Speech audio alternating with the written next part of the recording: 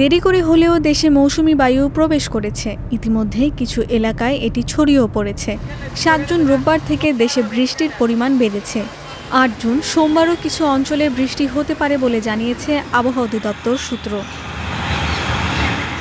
তবে সোমবার ওইসব এলাকাতেই বেশি বৃষ্টি হতে পারে যেসব এলাকায় মৌসুমি বায়ুর প্রভাব আছে। তবে সার্বিকভাবে দেশের তাপমাত্রা তেমন কমবে না।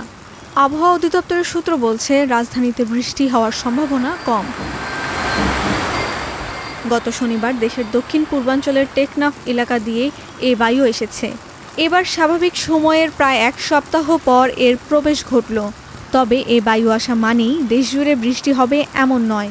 নতুন এই বায়ুকে লড়তে হবে এখন সক্রিয় পশ্চিমা লঘুচাপের সঙ্গে।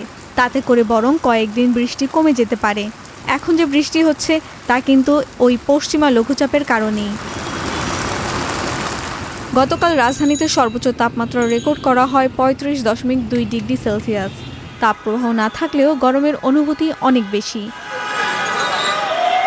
অন্যদিকে দেশের জন্য দেওয়া ১২০ ঘন্টার পূর্বাভাসে আবহাওয়া অধিদপ্তর জানিয়েছে, সিলেট বিভাগের অনেক জায়গায় এবং রংপুর, ঢাকা, ময়মনসিংহ, বরিশাল ও চট্টগ্রাম বিভাগের কিছু কিছু এলাকায় অস্থায়ী দমকা বা ঝড়ো হাওয়া সহ হালকা থেকে মাঝারি ধরনের বৃষ্টি কিংবা বজ্রসহ বৃষ্টি হতে পারে।